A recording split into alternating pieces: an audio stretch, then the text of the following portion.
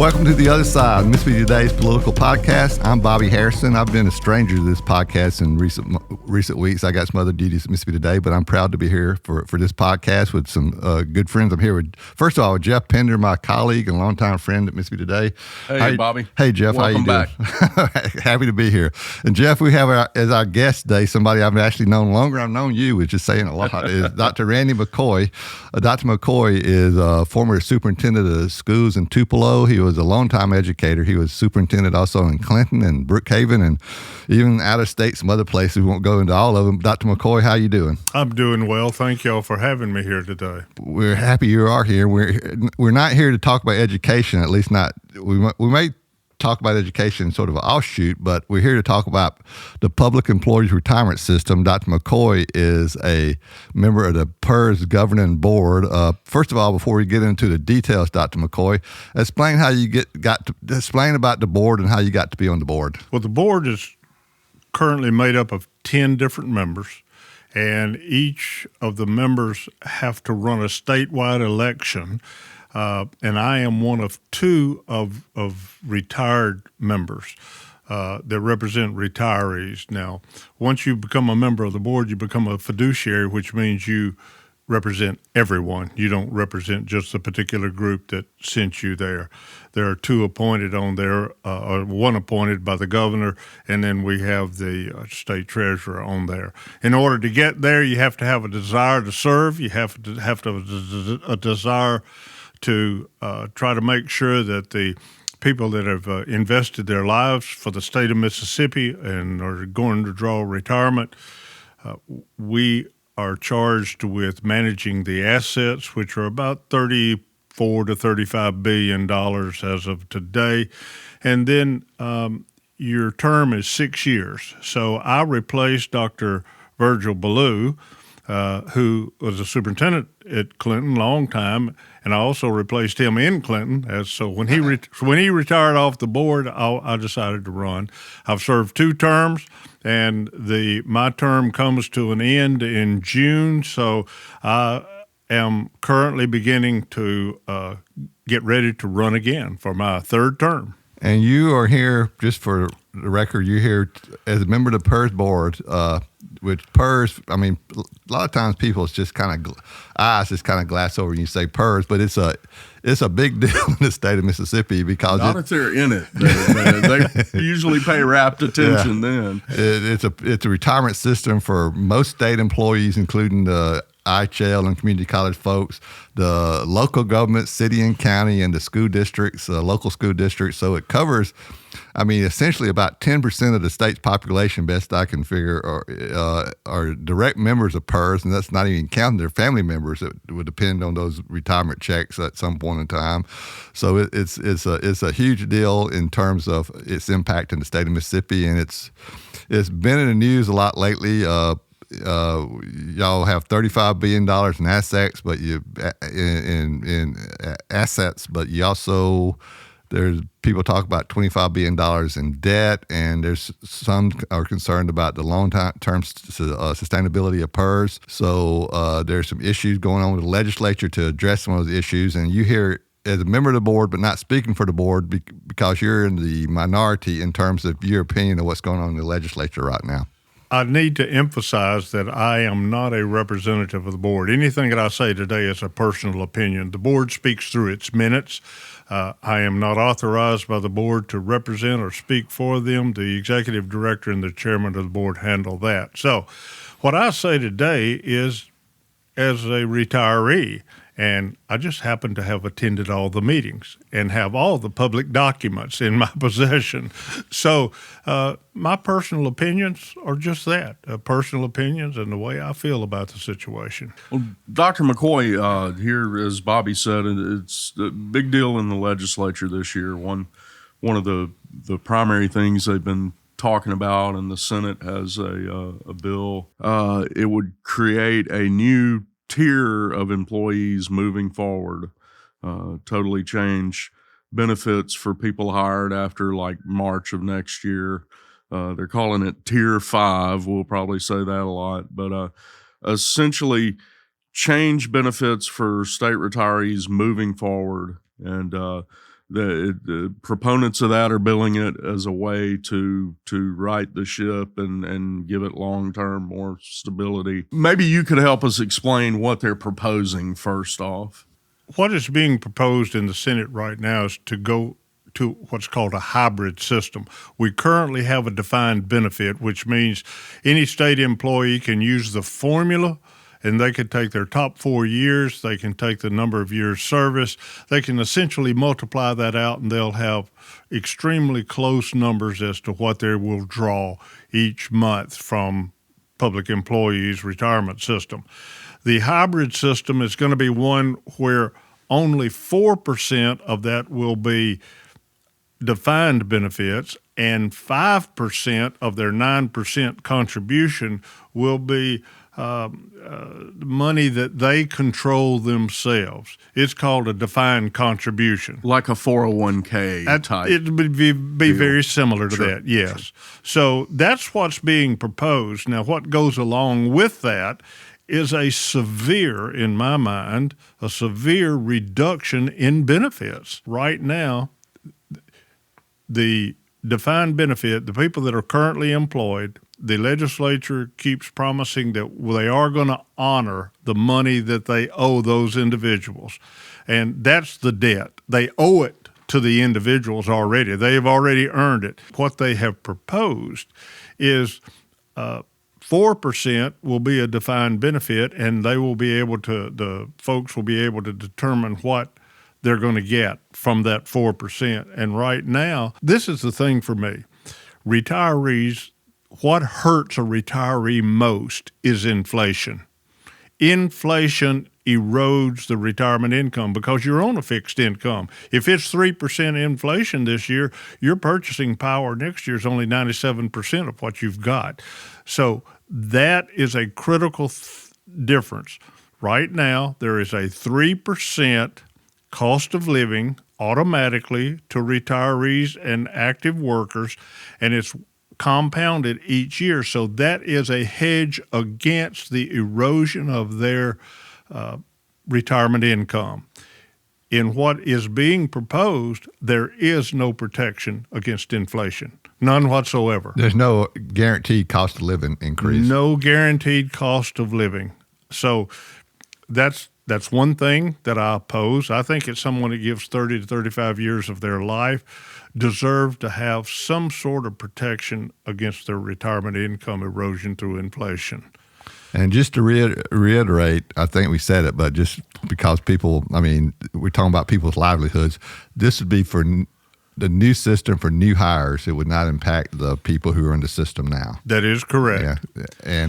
And Dr. McCoy, you talk about the 4 and 5%. What you're talking about is the employees contribute 9% of their paycheck, if you will, to the retirement system for their benefits in the future.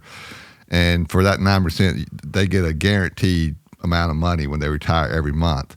Under what is being proposed, a little less than half of that will be guaranteed. The rest of it will be based on earnings, essentially in the stock market, I guess. Am I being too? That's a good generalization of it, yes. Yeah. It's money they control in some sort of instrument that would be I'm going to call it a forced savings plan by the state.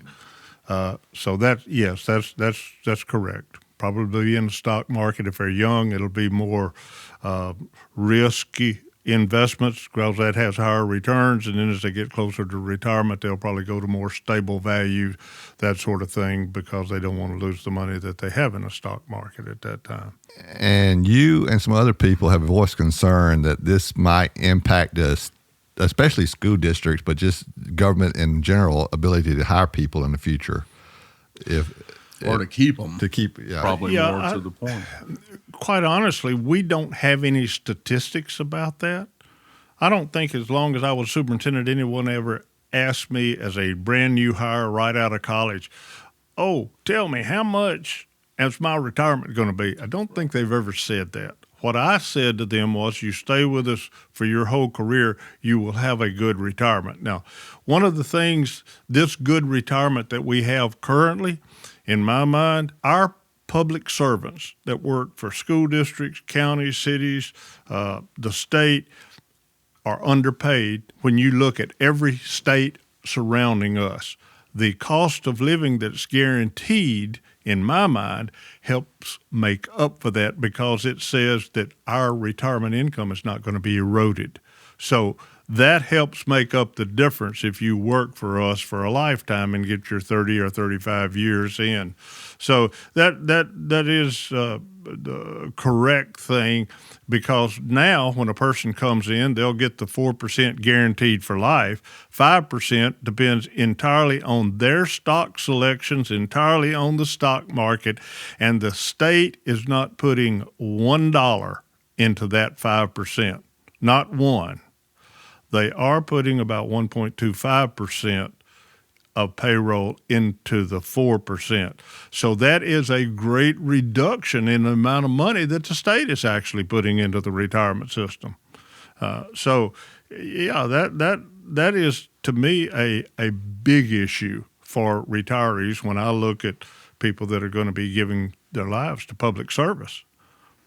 Dr. McCoy, coming from an education background, some of what I've heard about this from some education advocates, kind of like you said, a brand new teacher is probably not nearly as concerned about retirement benefits or whatever. But what I've heard is that you look at keeping a teacher beyond 10 years, at which point they're probably really highly trained, they've gotten a master's degree or whatever, they're the teachers you want to keep. How hard would this make it to keep those teachers later in their career? I'm not sure that we have any idea what that's going to be. I think that we're going to see what happens. Generally, it's like this. In my career, if a teacher stayed with us 5 years, they were probably going to be a long-term teacher. They generally leave the profession if they're not going to be a teacher for long. If they get to 10 years, now all of a sudden they say, well, gee, this is going to be pretty good for me. So I think in 10 years, we're going to see how good the retention is based on the retirement that they can get from the state versus a retirement they maybe get from a private enterprise. And we're talking teachers, but we should note this would go to police officers, firefighters, accounting professionals, right, business management people that are in state government, investment people that's in state, everything that has that set of skills that are sellable outside of where they are currently, they can compare retirement plans then. And all of these we're talking about are typically, compared to private sector, across the board, paid lower salary, but one benefit you get from working for a government entity in Mississippi is a pretty good retirement. I think the state of Mississippi is a good retirement system because of the compounding interest. Sure. And it, like I said, the big thing is it helps keep your purchasing power up. You don't lose it. So with the people that leave us and go to other places, I don't know when that's going to start occurring now. I don't have any way, and I don't think anybody has a way to judge that. Well, that's the thing, Dr. McCoy. We're talking about things that's going to happen a long way, at least a relatively long way down the road, and so it's kind of hard to wrap your arms around. Just like the PERS system is hard to wrap your arms around, in the sense that, we're talking about amounts of money that is kind of, it's not common in the state of Mississippi and in state government. We talk about having funds equaling about 35 billion with a B, and then a deficit, but then you also hear talk about this deficit about 25 billion, or underfunded by about 25 billion. To me, that equals out that you're in the positive of $10 billion, which sounds pretty good to me, but yet we constantly hear experts talk about there needs to be changes made to PERS to in the short term, but also in the long term. In the short term, there needs to be more money put into PERS. In the long term, there needs to be something like the Tier 5, some people say. Yet you voted against the Tier 5. The PERS board voted in favor, essentially, the Tier 5 that the legislature is now considering, but you voted against it. What do you see as needs to be done? Well, I think that for me, the reason I voted against it was because there was no built-in hedge against inflation. Now, I actually, in a special call board meeting in about 2 or 3 weeks ago, I proposed a 100% defined benefit plan similar to what we currently have, and it gets to us to the same point that the legislature wants to get to. In other words, this new tier that the Senate has proposed and passed, it will pay off the debt to retirees and active employees in the year 2064. The plan that I propose to be looked at also will pay off that debt in 2067, 3 years later. Yet, I knew that the state wanted to reduce benefits. Okay, we did. Instead of a 3% COLA, a 1% guaranteed COLA, and a 1% compounded. And when you add if you're retired 20 years, that's a total of $8,000. That's a total of $8,000, and yet all of the benefit factors are just like what the current employees are getting. The only thing that happens in there will reduce the guaranteed COLA down to 1% and 1% guaranteed. So that's one of the reasons I voted differently. The other reason is, as I said, underpaid as compared to surrounding states, all teachers, everybody, and then the hybrid system puts over half of the responsibility of the retirement on the individual. 5%, you pay in 9%. Well, 5% is going to be your responsibility to make good decisions for that retirement. That's who. I mean, the minute in this hybrid that you put the first dollar in there, that dollar belongs to you, and when you leave, you get to take all those dollars with you. That money, even though it will be handled and saved for you by PERS, does not go against the debt, and we're only receiving 4% from that 9% that will go, and that will ultimately just pay for your retirement, plus the 1% from the state. So I think that's an important thing. So I guess here's why are we going to go bankrupt? Are we going to go bankrupt? I've got numbers right here that says, and let me read the numbers to you. It is that that's pretty small writing. I'm going to read off of this page. The funded amount right now is 55.9%. That's how much is funded. In 2054, 30 years from now, the funded ratio is going to be 55.8%.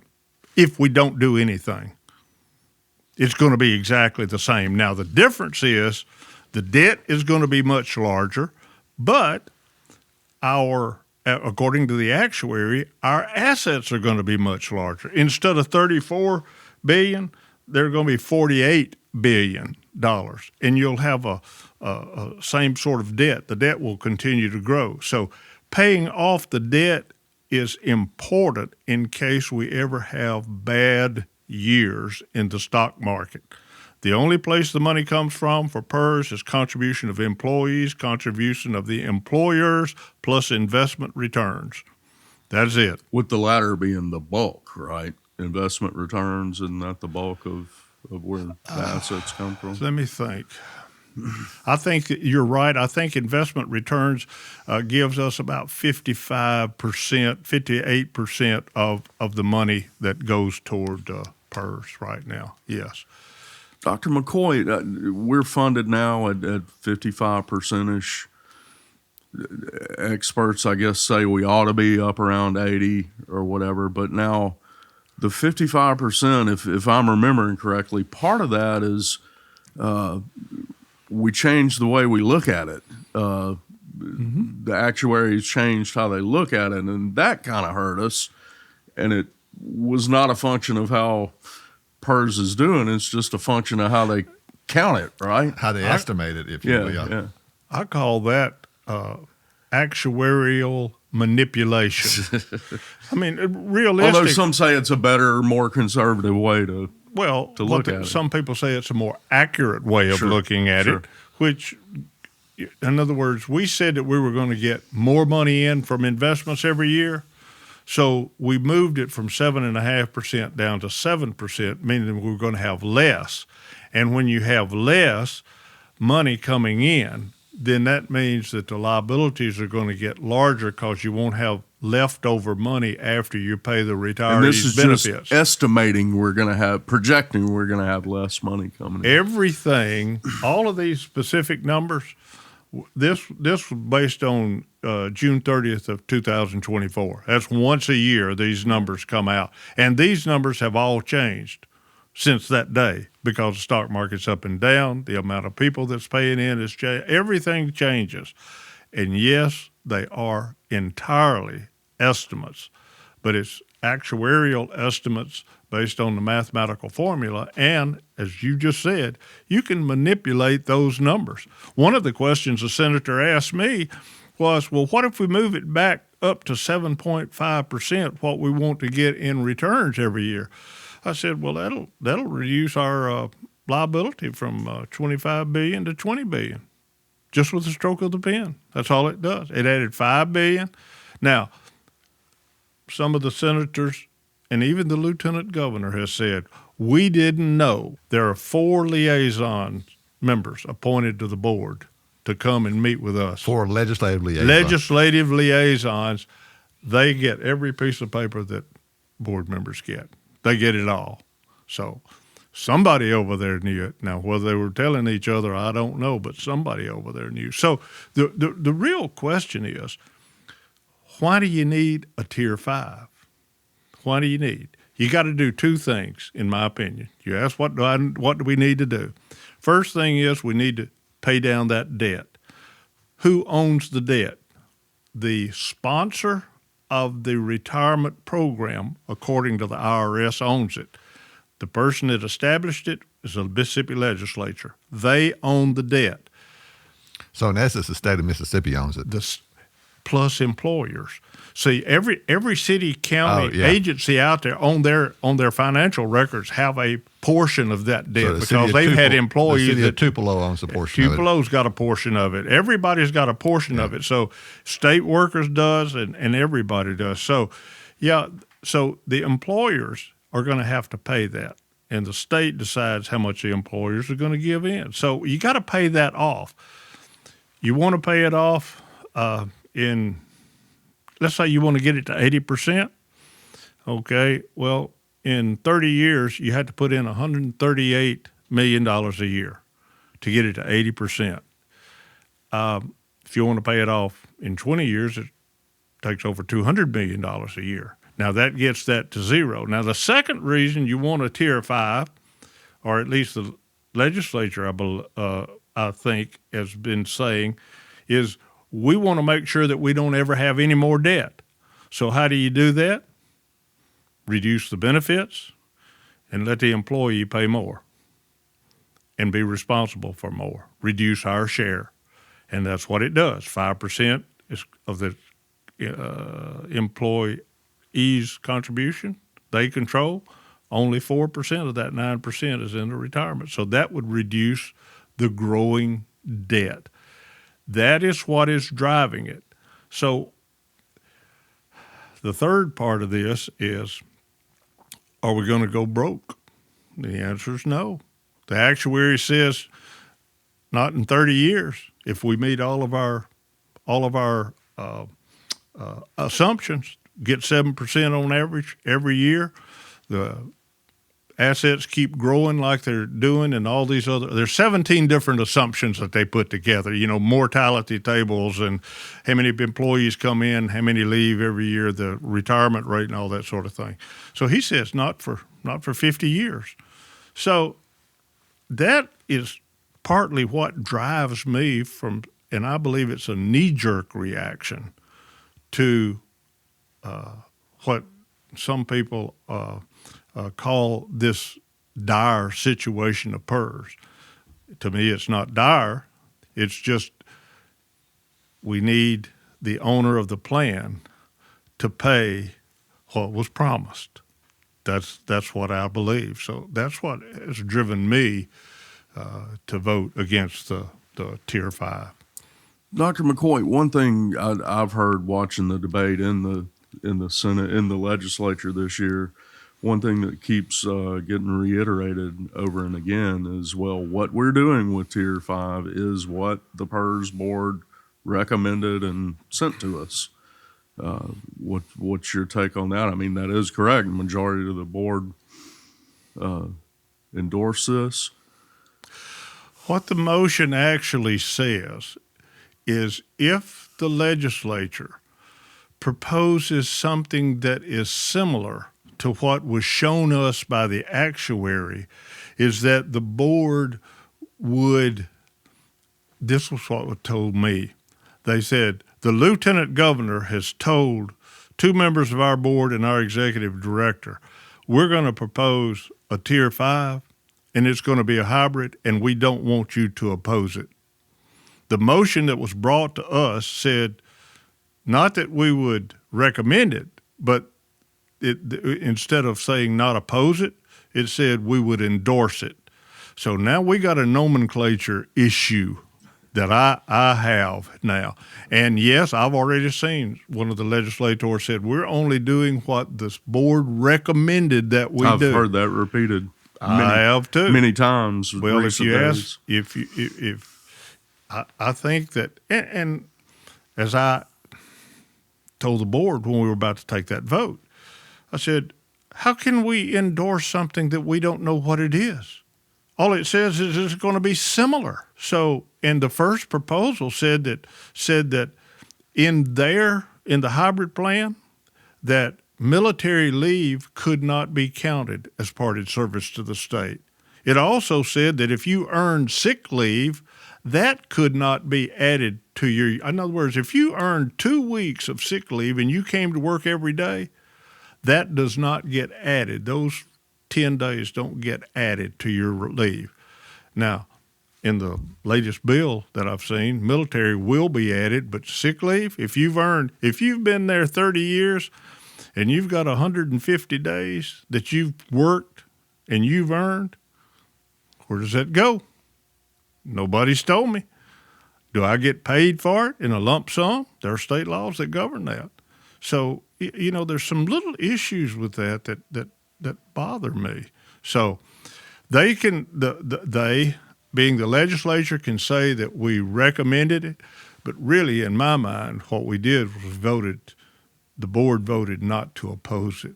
It's just a little different take. a little variation. And you voted against that motion, and That's I think am I correct? You're the only person to vote no, the only member to vote no, but the treasurer sort of abstained. He abstained. The treasurer is one of 2 members of the board who are not elected by the members. That's correct. And he abstained. You mentioned a minute ago about 10% of the population. PERS touches personally 300,000 people in the state of Mississippi. And in my election that's coming up, there's 121,000 people statewide that are eligible to vote in my election that's coming up. So we touch a lot of people. We get a lot of input from a lot of different individuals. So to answer your question, yes, they're saying that we told them to do that. I don't view it as such. I view it as the board voted not to oppose it because the board had never seen a completed product. You do think it's a good plan. The legislature's talking about putting additional money into the system. There's some plans that would put additional money into the system on a yearly basis, and that would be a good thing and overall to help the sustainability of the system. I think it is a necessity because if you don't, that amount will continue to grow unabated because literally what the money that's coming in only pays for the retirees that are actually out there, because the people that are working are still adding money to their eventually retirement account. So yes, I do think that has to happen. I think that is one of the things that I do support. I think it needs to be a little bit more to make it more on a timeline like we look. We generally look for a 30-year plan, and I think in 30 years is what we should be aiming for, and that is a reasonable amount with the amount of funds I believe that the state has currently. And speaking of which, the House addresses PERS, includes PERS in its big major tax bill pending right now. They would take lottery proceeds, and I guess looking at around $100 million a year. Now I've heard people in the Senate say, "Well, that's dropping the bucket. That's not going to really address much." But what's your take? What would that do? If you move it up to $135 million a year, it would eliminate 80% of the debt Over 30 years. Over 30 years, it would eliminate 80% of the debt. So that is a significant step forward. Now, and like I said, I certainly support that. I think that has to happen. Otherwise, we may get to a point where if we have a 3-year or 4-year recession, there could be some even more serious reduction of benefits that might even get over to the retirees and the active employees that the legislature is promising. But if they're paying down the debt every year, that goes away. That goes away, and you can sustain that sort of loss some. Yeah, like Jeff said, you have a bigger cushion. Yes, absolutely. Yeah. Well, Dr. McCoy, one thing, obviously, again, I've been listening to debate on this for Bobby and I both for many years now, but a couple of things you hear in that debate, again, they kind of get philosophical as well. No one in the private sector is offering retirement benefits, defined benefits, period, or anything like this. The compounding 3% COLA, that's just unsustainable. And again, this is just unrealistic. The legislators back in the 90s went wild on this for whatever reason, and it's just not sustainable. What's your response to that? Or I'm sure you've heard that same argument made. I look at that in two ways. I think that a guaranteed COLA is sustainable of some sort. May not need to be 3. I proposed a 1% COLA, and that vote was 5-3, by the way. Oh, I didn't realize that. Yeah, I mean, so there were a couple of members that were out, but that vote was 5-3 because if you remember, at the December meeting, I proposed that we look at a DB that was modeled after the hybrid and reduce the benefits and would be similar and get us to the same endpoint. That's what I did, and the vote was 5-3. So I don't know if you heard this last week, as I recall, Chairman Sparks telling the full Senate claimed that such a hybrid plan got brought up, but couldn't even get a second on the floor. The one I did was a defined benefit. Yeah. Oh, okay. It in the December meeting it didn't. In the meeting that occurred about 2 weeks ago, got 3 votes. Its vote was 5-3. Okay. So yes, I don't know. I'm just assuming that some board members rethought their position, and when they looked at it and it got to the same point and it didn't totally disrupt the system. Well, let me just share this with you. Going to the hybrid system, if they vote and do it this year and they put it into effect, mechanically, we cannot put together the system of handling the change by July 1. It's now been put in the bill March 1 of next year. Right. It'll take at least a year because it's so disruptive from all of the things that we had. Whereas if we adopted the DB plan, it's already there. You just change the 3% to 1% and the 1% COLA, and then you just keep on going. So, yeah, I think that Senator Sparks was absolutely right. But did he also tell you that someone on the Senate floor proposed the DB plan? And I believe I heard that. And it didn't go anywhere. But I think that's simply because the leadership in the Senate is bound and determined to do a hybrid plan, which is, what we're dealing with now, in my estimation, is we're in a situation where we want to eliminate the debt, and I'm in the minority on people want to reduce the benefits. They want to do that. Okay. I've been beaten twice on votes. It doesn't take long, so I try to do a DB to get there. So either one of those two, the hybrid or the DB, are both ethical solutions. There's, that's a matter of, so it's a matter of what do you believe and how should you treat employees and how should you treat an underpaid employee over the years, and do you give them some hedge against the inflation by the COLA? And my belief is they deserve it. So if I think they deserve it, that's just as ethical as somebody saying, well, nobody in private sector does this. Well, my question is private sector underpaying employees that got master's degrees and doctor's degrees? Let's look at that too. So. Definitely. Doctor, I hate to even bring this up almost, but one thing I've had my emails burning up here a little bit recently is a separate bill dealing with, let me make sure I'm getting my alphabet soup right, ORP, the optional retirement plan that IHL has. Yes.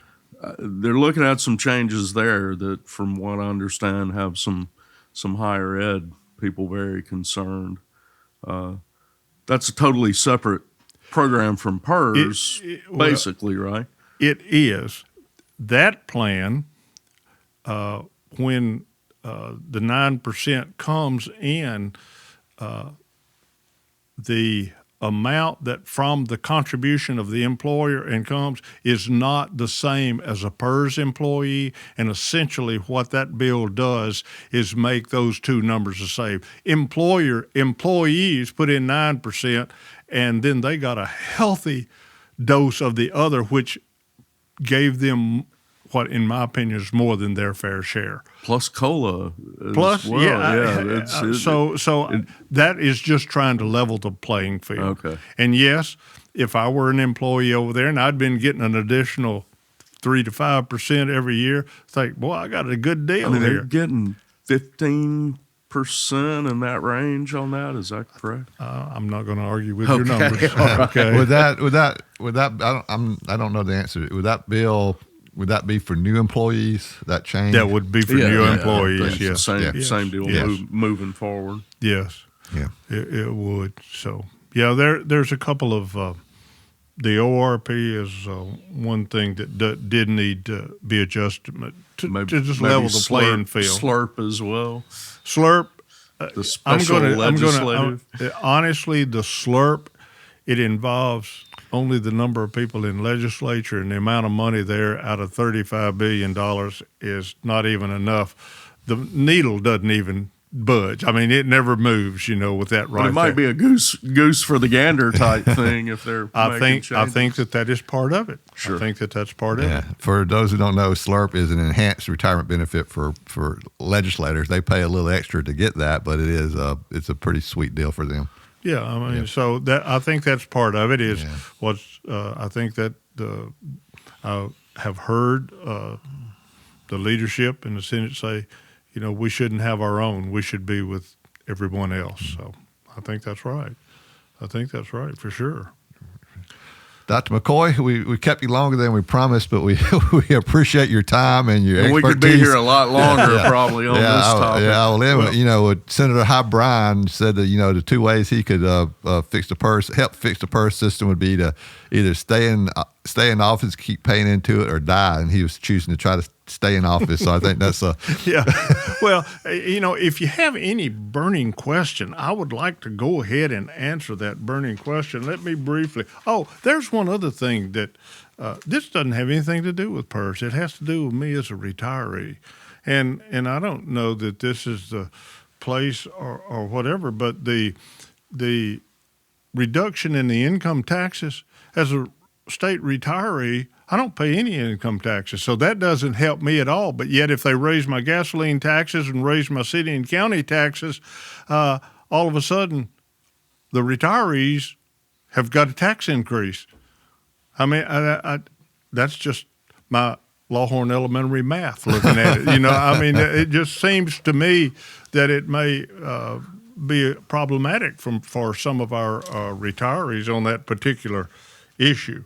So, just for the record, Dr. McCoy is the second most famous alumnus of Lawhorn. Elvis was the most famous, I guess. Yes, that's true. That's right. So, but I think that everybody on the PERS board and what is being done with the Tier 5, it is ethically trying to get to the situation where we can pay down the debt, which I think is number one that we need to do. Secondly, I think the reason the Tier 5 is put there is to radically reduce the benefits.